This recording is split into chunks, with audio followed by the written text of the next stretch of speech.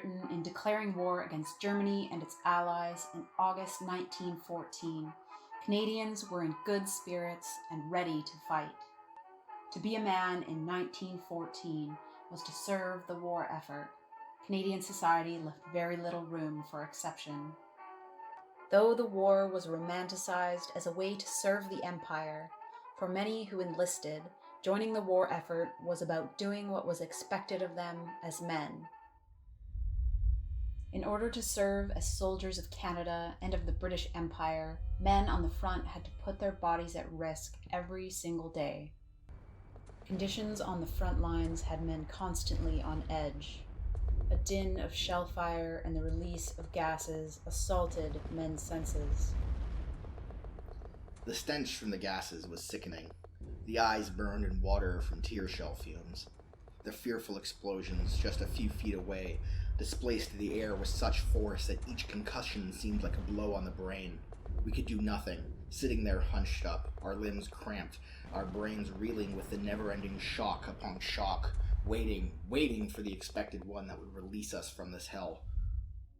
This was a war full of senseless destruction and death. What defined manliness for Canadian soldiers was not the outdated image of the self-sacrificing, bold and brash, chivalrous hero of war.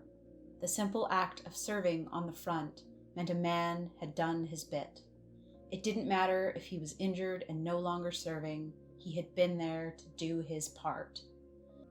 From the beginning, Canadian society romanticized the war as an experience that could make boys into men, prove Canadian men's worth within the British Empire, and elevate Canada's esteem as a nation on the world stage.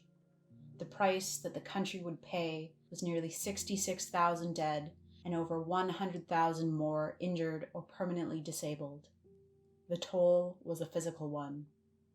Faced daily with their own mortality, Canadian men reshaped society's idealized version of manhood amongst themselves to account for the horrific conditions they encountered during the war.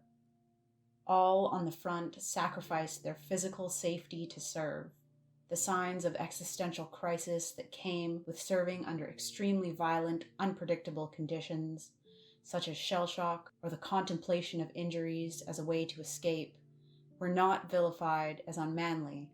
They were accepted as the lived reality and humanity of men on the front lines of the First World War. Canadian soldiers recognized a desire to survive as human above all.